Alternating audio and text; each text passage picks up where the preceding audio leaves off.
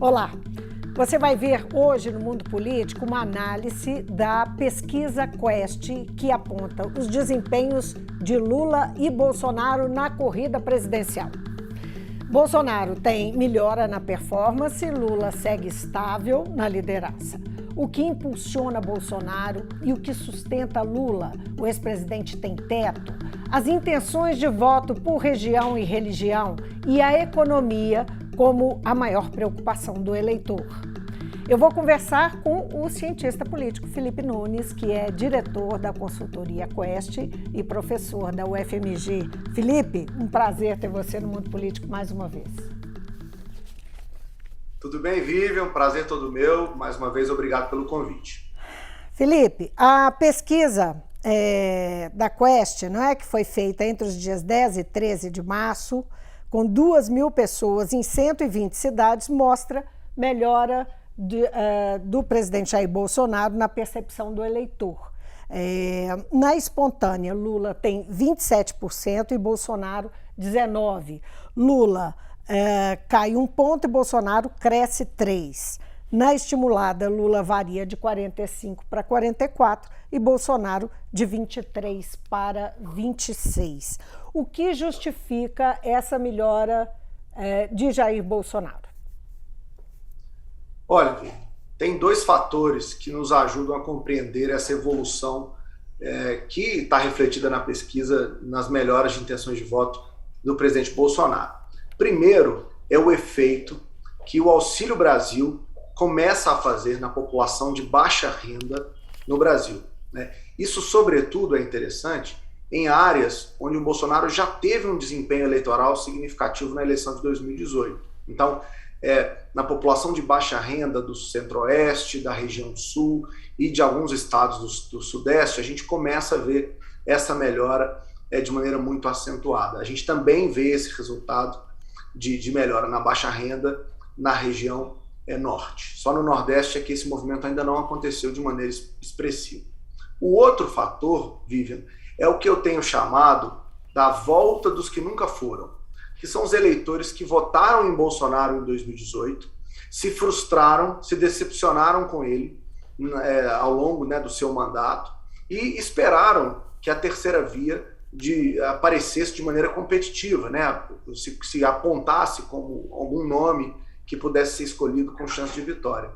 Mas isso, até o momento, não acontece, e esses eleitores que rejeitam a possibilidade do ex-presidente Lula voltar a governar o país, então começam a retornar para dar apoio ao presidente Bolsonaro. Então, por um lado, o Auxílio Brasil faz com que Bolsonaro alcance esse eleitor de baixa renda, ainda de maneira marginal, é verdade, mas já apontando sinais de que no futuro o auxílio pode ser significativo, né, como política particularista para o governo, e do outro lado, o fato de que tem aí um contingente de eleitores que está voltando para o Bolsonaro, já que não conseguiu encontrar uma terceira via que eles considerassem competitiva. Quando você fala que de um futuro, não é, disso se ter um resultado futuro, o Auxílio Brasil, você está dizendo que é uma tendência que vai levar a uma tendência de crescimento de Bolsonaro, ou ainda não é possível prever isso? Não é que isso seja, digamos, gradativo, não é? E que venha a acontecer de forma ininterrupta? Ótima questão, Vivian. Na opinião pública, primeiro a gente observa mudanças nas expectativas. Depois a gente consegue observar mudanças na atitude das pessoas, né? O que essa pesquisa que foi publicada nesta semana mostra é que caiu de maneira muito significativa o percentual de eleitores que diz que o governo Bolsonaro é pior do que eles esperavam. Para que você tenha uma ideia, para quem recebe o auxílio emergencial em fevereiro, para quem recebeu o auxílio emergencial em fevereiro, 45% dizia que o governo era pior do que se esperava. Agora, em março, esse percentual é de 23%. Essa queda é muito significativa, muito fora da margem de erro. E ela ajuda a explicar e nos ajuda a fazer o prognóstico, né, de como essa expectativa pode, no futuro, ser favorável para o governo. Porque se as pessoas começam a mudar a sua opinião em relação à expectativa que elas tinham em relação ao governo, em breve, né, todos os modelos em ciência política apontam nessa direção, o natural é que elas passassem, então, a avaliar também bem o governo, justamente porque a expectativa delas está mudando. Então, eu acho que dá para dizer, sim, Vivian, sem muito risco, que o auxílio tende a ajudar o governo. A grande questão é se a guerra e o aumento dos preços inflacionários aí produzidos pela questão do diesel, da gasolina, vai permitir que essa melhora do auxílio de fato chegue no bolso e no coração do eleitor brasileiro. Na verdade, essa pesquisa pegou aí o aumento, não é? Ela já pega o primeiro dia do aumento dos combustíveis, não é? Sim, quando estava em campo.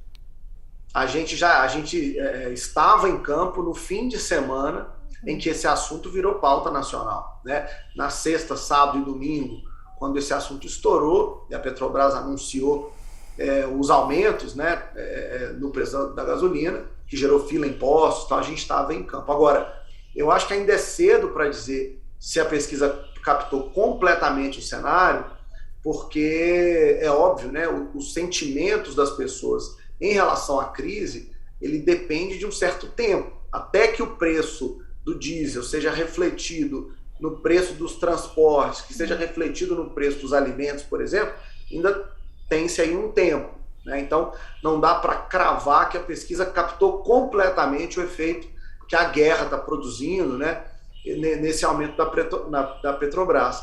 Mas, de fato, a gente estava em campo nesse período. E o indício que eu posso dizer, que eu acho que é o mais evidente, de que a pesquisa conseguiu capturar pelo menos a primeira impressão sobre os efeitos da guerra, Vivian, é que subiu muito o percentual de brasileiros dizendo que o principal problema do Brasil é a economia, né? A pandemia despenca entre fevereiro e março como preocupação principal e a economia se transforma em protagonista. Então, de fato, o assunto está pautado, mas eu acho que ainda é cedo para dizer que a gente captou todo o fenômeno possível desse aumento de preço. Agora, Felipe, por que Lula não avançou? Lula, a gente pode dizer, porque ele está num patamar muito alto desde o princípio, de forma estável, oscila um ponto, não é? Nessa pesquisa de março oscilou um ponto para baixo, negativo. A gente pode falar que Lula está chegando, está muito perto do teto e isso seria um dificultador? Ou a forma como ele ainda é um pré-candidato, não é? E a pré-candidatura não está de fato na pista? O que você acha que é? Ou se essa questão do teto, como é que você enxerga? Então, Vivian, o ex-presidente Lula, desde que voltou a poder ser candidato em março do ano passado, ele cresceu, né, de maneira considerável e consistente nas pesquisas de opinião publicadas aí Brasil afora. De março até novembro, a gente observou um crescimento consistente das intenções de voto. Isso é fruto do aumento do conhecimento na população de que Lula poderia ser candidato. Antes disso, ele não podia, as pessoas nem se preocupavam em votar nele. Quanto mais as pessoas passaram a conhecer a possibilidade de ser candidato, ele foi, então, angariando aí mais intenções de voto. Hoje, a pesquisa mostra que o teto, o potencial de voto máximo do ex-presidente Lula é 56%. Né? Ele está ali 10 pontos, 11 pontos abaixo disso nesse momento. Sua rejeição, né, o que seria aí um impedimento para esse crescimento, está hoje em 42%. É o candidato entre os nomes conhecidos e relevantes, é quem tem a menor taxa de rejeição. Então, há espaço para que Lula cresça? Claro que há. Mas há também muitos outros candidatos que dividem o voto, que disputam o voto com o Lula. O mais eloquente, mais significativo deles, o Ciro Gomes. Ambos, né, disputam o mesmo eleitorado, tanto que a pesquisa mostra que o segundo voto de Ciro seria de Lula, o segundo voto de Lula seria de Ciro, né? As pessoas olham para os dois personagens, como os dois atores políticos, como no mesmo campo de atuação. Quem mais estaria nesse campo, nesse momento? é percebido. Por incrível que pareça, o João Dória também é um nome que compartilha, né, de eleitores neste ambiente, assim como o Eduardo Leite. Então, os três nomes aí que são colocados na terceira via acabam tirando um pouco de potencial de voto do ex-presidente Lula. Agora, o mais significativo, Vivian, é que é difícil que presidentes que cheguem a um patamar como o que o Lula já obteve consigam crescimentos muito significativos, a não ser que haja o que a gente chama de voto útil. O que é o voto útil? É quando o eleitor percebe que, mesmo preferindo um determinado candidato, as chances desse candidato obter a vitória é pequena. Então, neste cenário, o eleitor pode optar por fazer um cálculo de mudança de voto, mesmo que aquele voto dado não seja sua primeira preferência. A gente investigou isso, né? 34% dos eleitores da terceira via dizem na pesquisa que poderiam votar em Lula se ele tivesse chance de vencer no primeiro turno. Isso significa, traduzindo para quem está nos assistindo, basicamente o seguinte: o eleitor do Ciro parece que topa, não todo eleitor, mas parte considerável desse eleitor, parece que topa fazer uma migração de voto na direção do Lula se a eleição for, se isso significar levar a eleição apenas para o primeiro turno.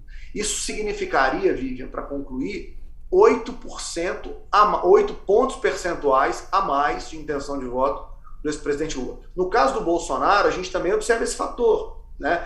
O Bolsonaro poderia crescer mais 6 pontos de intenção de voto nesse eleitor da terceira via, que, se ver chances do Bolsonaro crescer e se aproximar de Lula para dificultar a vitória do Lula, o eleitor do Moro, principalmente, toparia sair do Moro numa taxa ali de 23%, 24% e migrar, então, para o voto bolsonarista. Então, o Lula ainda teria espaço para crescer, mas o fato de ter outras candidaturas colocadas no seu campo acaba atrapalhando isso, né? Uhum. Na minha avaliação, ele só cresce mais se o eleitor, a partir de agora, fizer um voto estratégico, um voto útil.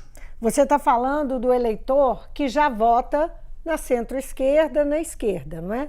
Você está mencionando o eleitor que vota, por exemplo, na centro-direita, porque Lula faz um movimento, um esforço muito grande para atrair a centro-direita, se articular com a centro-direita. A própria indicação do vice dele, que agora está sob chumbo, né, o Geraldo Alckmin, é um esforço nesse sentido, né? Só para deixar claro, né, para quem está nos assistindo, não ficar dúvida, na pesquisa a gente pergunta às pessoas quem elas prefeririam que vencesse a eleição.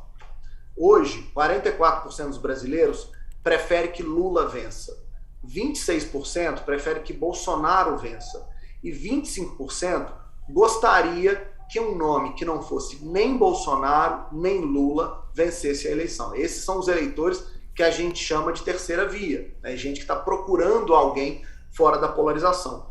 Foi para estes eleitores que a gente perguntou, Vivian, o que eles fariam se, por um lado, Lula tivesse chance de ganhar no primeiro turno esses e, por outro, 25%. Esses 25%. E o que o eleitor, esse 25%, faria se o Bolsonaro tivesse chance de crescer a ponto de dificultar a vitória do Lula? É desse eleitor que eu estou falando. Esse é o eleitor que pode, por um lado, aumentar o potencial de voto que Lula tem hoje ou aumentar o potencial de voto que Bolsonaro tem hoje. Está na mão deles essa decisão de como vai se dar a eleição desse ano. Quer dizer, o eleitor da terceira via, seja a esquerda, seja a direita, né? Então, e aí vem a questão do potencial mesmo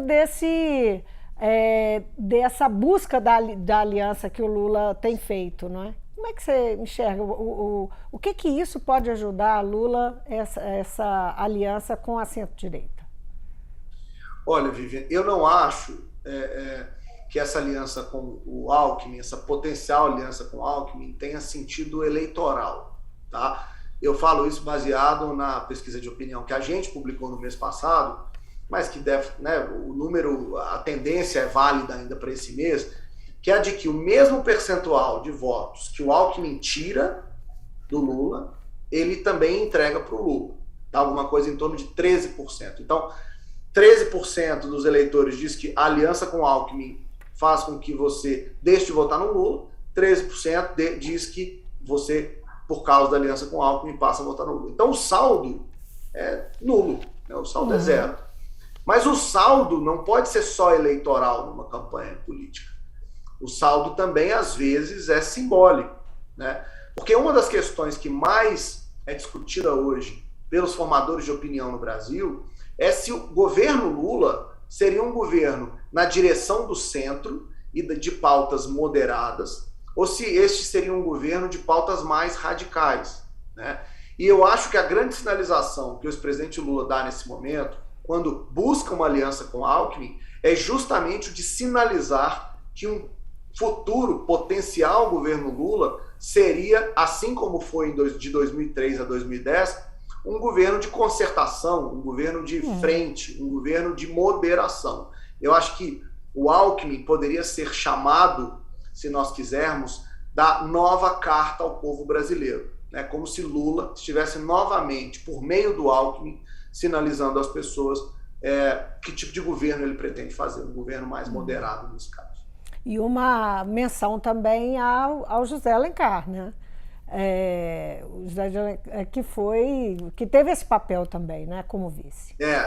O Lula estaria aí repetindo, né, essa dobradinha ao centro, que foi o que lhe deu importante vitória em 2002. Agora, os números de março, vale mencionar, né, identificam que a disputa vai ser levada para o segundo turno, pela primeira vez.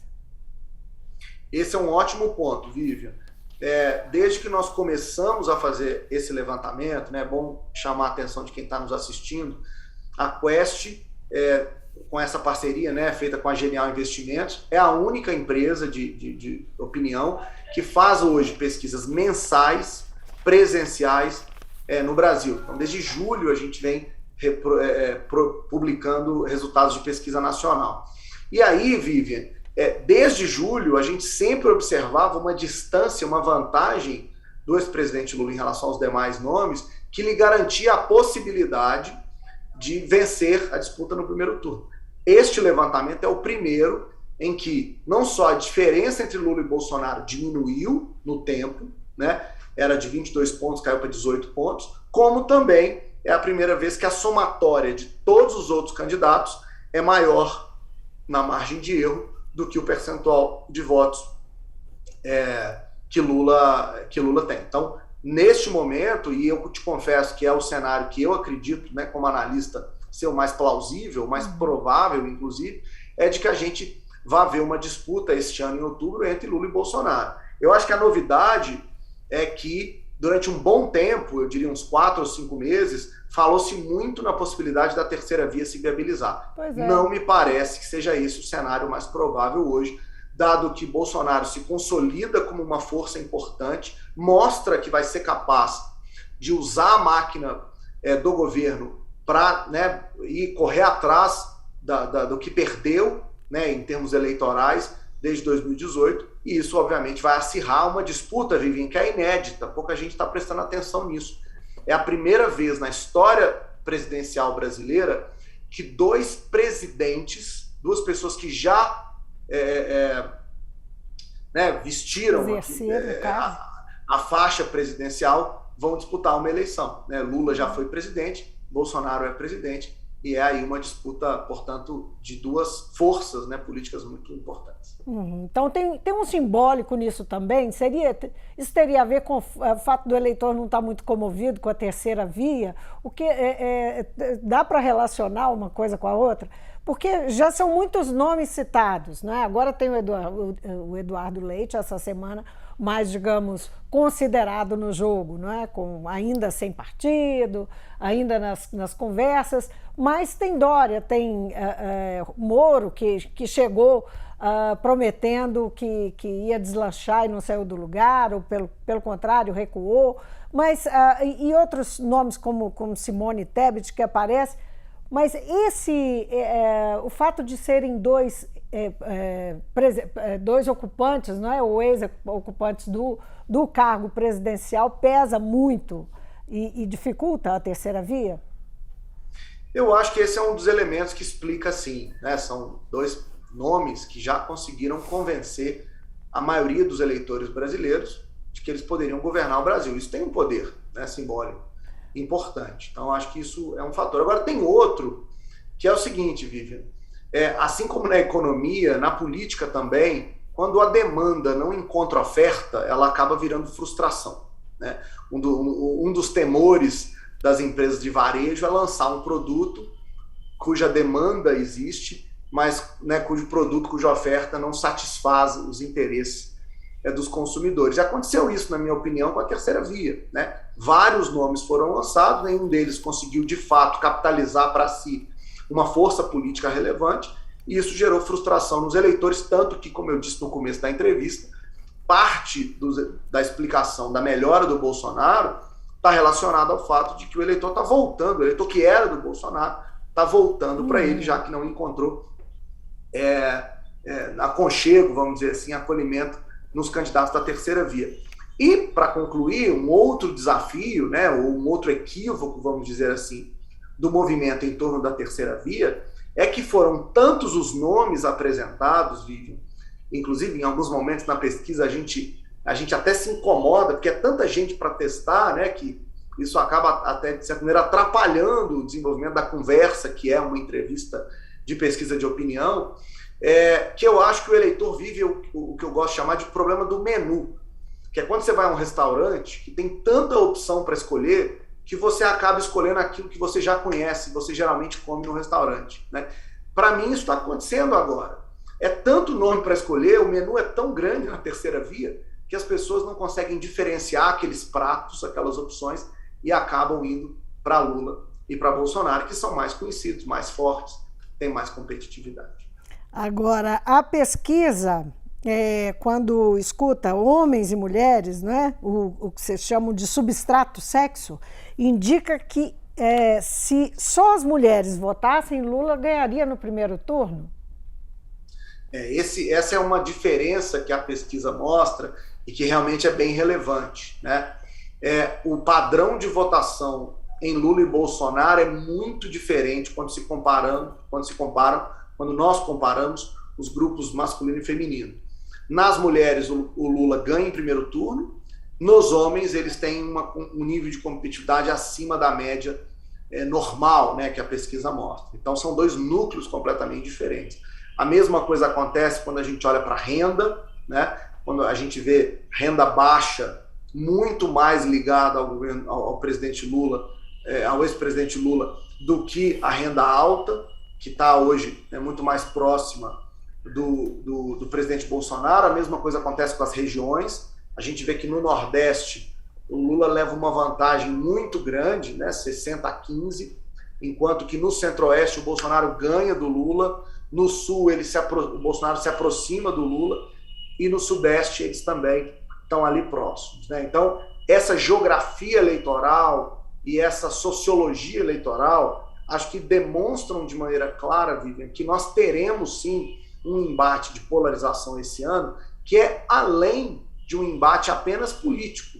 É, na verdade, um embate que envolve decisões econômicas, visões de mundo, valores diferentes e, claro, interesses que são divergentes na sociedade, né?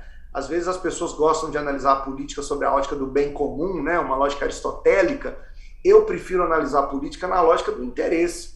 Os grupos sociais, eles têm interesses divergentes, né? O orçamento, ele é limitado e, portanto, é disputado. Para onde vai o dinheiro? Para a educação? Vai para dar subsídio às empresas? Vai para investimentos públicos? Ou vai para privatização? Então, essa disputa, ela é uma disputa real. E eu acho que esses exemplos que eu acabei de dar, das diferenças nos segmentos sociais e econômicos, são diferenças que estarão presentes numa discussão real do que a sociedade, do que a maioria da sociedade brasileira quer para os próximos 4 anos. E os grupos por idade, o que eles apontam? Os grupos por idade têm 2 focos, né? Os jovens são mais lulistas, os mais velhos são mais bolsonaristas, e a população adulta, né, que está no meio desses 2 grupos, é uma população que hoje se divide. Você tem quase o mesmo tanto de bolsonaristas e lulistas nesses estratos. Então é como se a gente tivesse disputando, né, Vivian, ou observando uma disputa de gerações, né? Se a população adulta vai se dividir, se os jovens vão mais para o lado do Lula e os mais velhos vão para o lado do bolsonarismo, o que a gente vai também ver nas famílias brasileiras esse ano, nas mesas, nas rodas, são discussões e disputas por visões de mundo, né, e por crenças no futuro do Brasil particularmente diferentes, né? Isso também vai ser muito interessante de analisar. Só espero que o Natal desse ano possa ser realizado com todo mundo em volta da mesa. Bolsonaro vence entre evangélicos, 38-33, não é isso? E perde entre católicos, 51-21.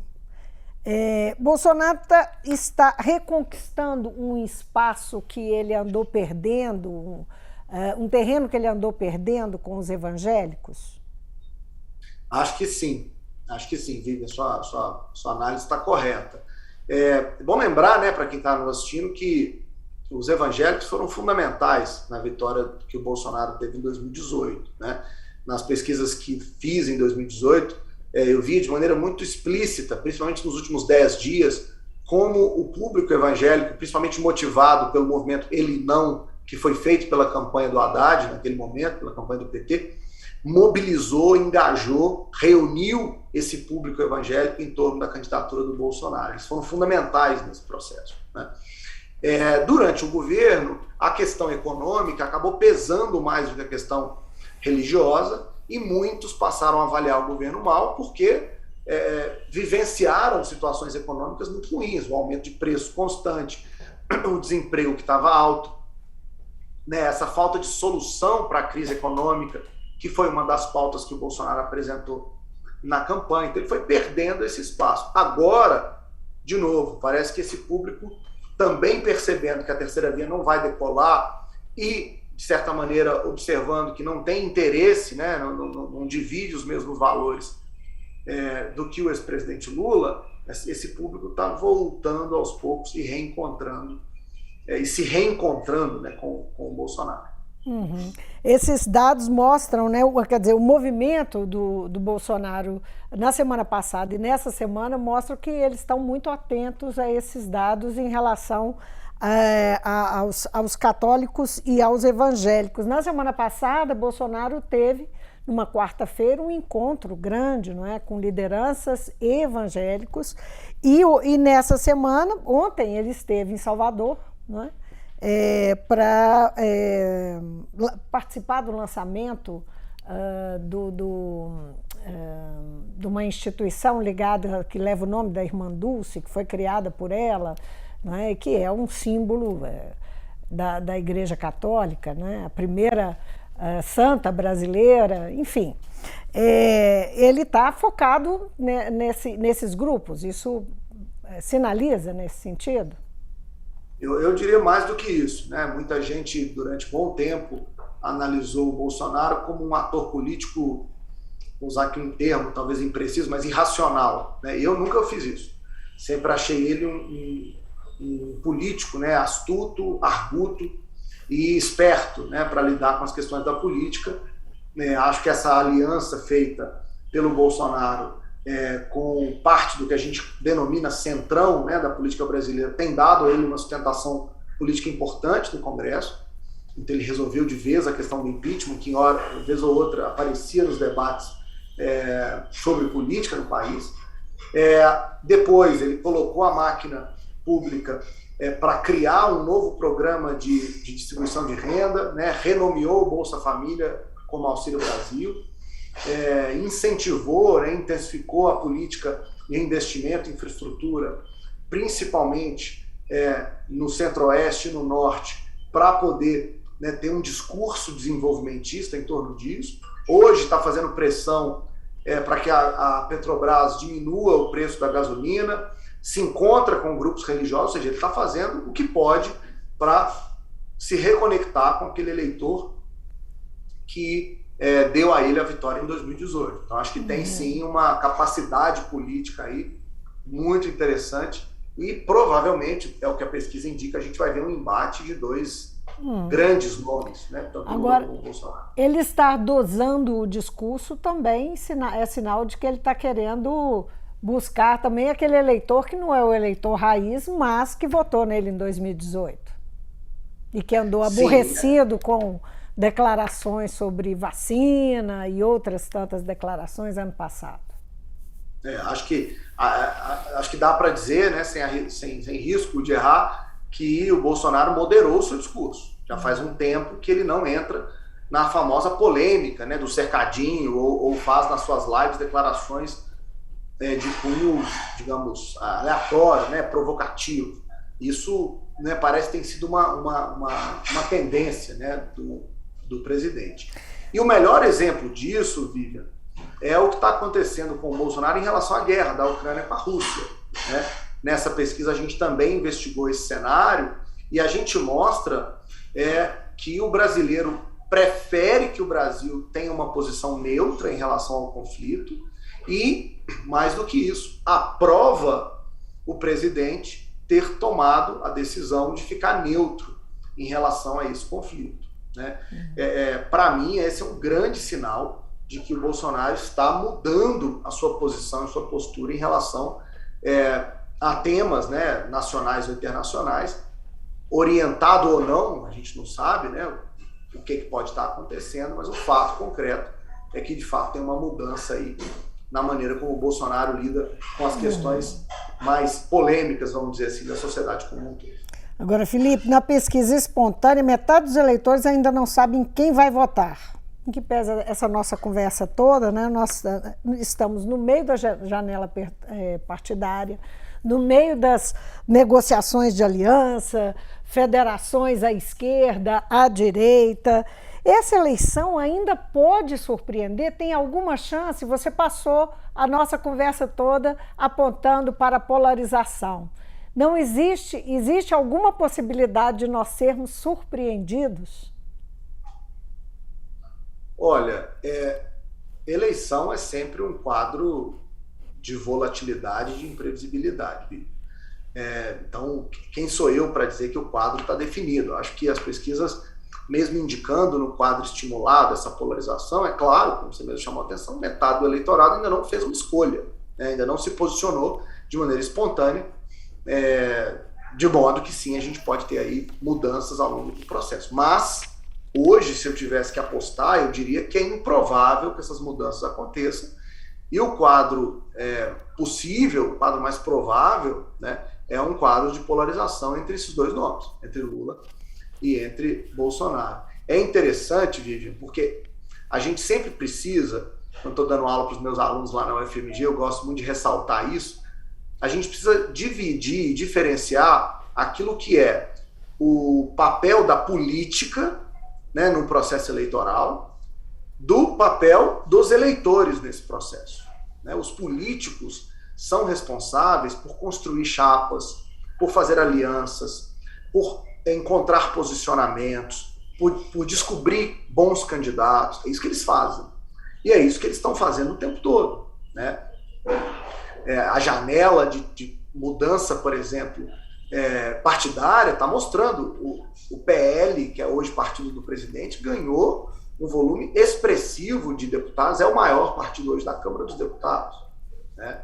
Então tem movimentação política acontecendo, né? O quadro dos estados está se movendo de maneira muito dinâmica, né? As alianças em Minas, as discussões em torno das pautas em São Paulo, no Rio, tudo está se movimentando, mas o eleitor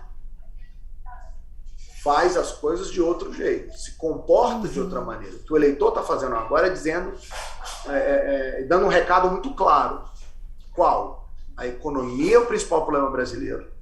A economia é a principal razão para que eu faça a escolha de um presidente. E hoje, o melhor nome para conduzir esse processo, na visão do eleitor, é o ex-presidente Lula, né? Em segundo lugar, você tem um debate de gente que diz a corrupção é um problema, né? O presidente não teve condições de governar como gostaria, porque primeiro enfrentou uma pandemia, agora enfrenta uma guerra, e, portanto, ele merece uma segunda chance para conseguir colocar em prática aquilo que ele gostaria.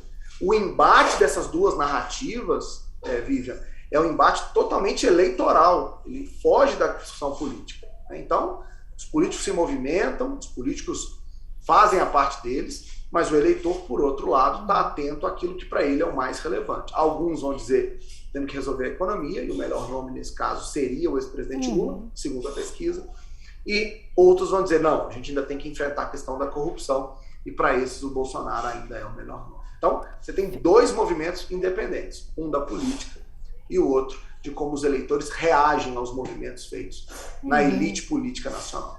Só para a gente encerrar aqui, o eleitor pensa assim, os políticos estão fazendo esse movimento, claro, na tentativa de convencer o eleitor daquilo que eles acreditam. E eles estão fazendo essas articulações nesse sentido e vem aí a campanha. Nós estamos na pré-campanha e esse movimento é intenso agora, não é? De preparação. A gente pode o que a gente pode esperar da escalada dos discursos, não é? Dos usos das campanhas? Que cenário você está imaginando pela frente? Olha, eu acho que o Bolsonaro só tem uma alternativa, né? Ele só vence a eleição se conseguir aumentar a rejeição do ex-presidente Lula. Então, para isso, ele vai ter que atacar diretamente, né, o ex-presidente naquele tema que, para muitos, inclusive, né, na pesquisa Quest, é o principal calcanhar de Aquiles, que são as questões que envolvem o tema da corrupção. Então, acho que o Bolsonaro vai apostar nisso de maneira muito eloquente, né? Embora hoje já haja uma maioria no país que acredita que o ex-presidente Lula acabou sofrendo uma armação, acabou sendo perseguido de algum modo, né? Existe um pedaço importante da sociedade que pensa isso, a pesquisa também traz esse indicador, mas a aposta bolsonarista é uma aposta no sentido de, né, por um lado, aumentar a rejeição do Lula. Por outro, o Bolsonaro precisa organizar a sua comunicação para ser capaz de defender a agenda e mostrar que fez muita coisa, né, que implementou no país mudanças que são fundamentais, que são importantes. Então, por um lado, eu acho que a campanha do Bolsonaro terá que trabalhar no sentido de defender, né, o seu governo e as decisões que tomou, e por outro vai ter que atacar o Lula. O Lula, ao contrário, né, vai focar todos os seus esforços em criticar o governo Bolsonaro, mostrar de maneira objetiva que o governo não foi capaz de lidar com a questão da economia, então deve atacar, né, esse flanco, e por outro lado também vai tentar mostrar que já fez um bom governo, que tem histórico, que tem legado e que, portanto, pode consertar o problema brasileiro. Né? São disputas de duas narrativas muito fortes, e aquele que conseguir convencer o eleitor mediano, né, aquele que define a eleição, vai ganhar esse pleito. A terceira via, como eu disse, hoje parece tão fraca que, sinceramente, eu não acho que ela será capaz, pelo menos hoje, né, esse é meu prognóstico, de atrapalhar esse embate, né, entre dois pilares da política brasileira, o atual presidente Bolsonaro e o ex-presidente Lula. Felipe, foi ótima a nossa conversa, obrigada, viu? Eu sei que a sua pesquisa é muito mais extensa que isso, quem quiser conferir, ela está aí, né, disponível, tem muito mais elementos, quem quiser se debruçar, acho que vale a pena, é muito interessante a gente conhecer né, o que as pessoas pensam, dividido em grupos, e, enfim, as perguntas que vocês fizeram, vale a pena conferir. Muito obrigado, Vivian, é sempre um prazer estar aqui com você, né, no mundo político, estou sempre à disposição para outras conversas, e de fato, a pesquisa está recheada de temas. Eu vou citar um último aqui para a gente concluir.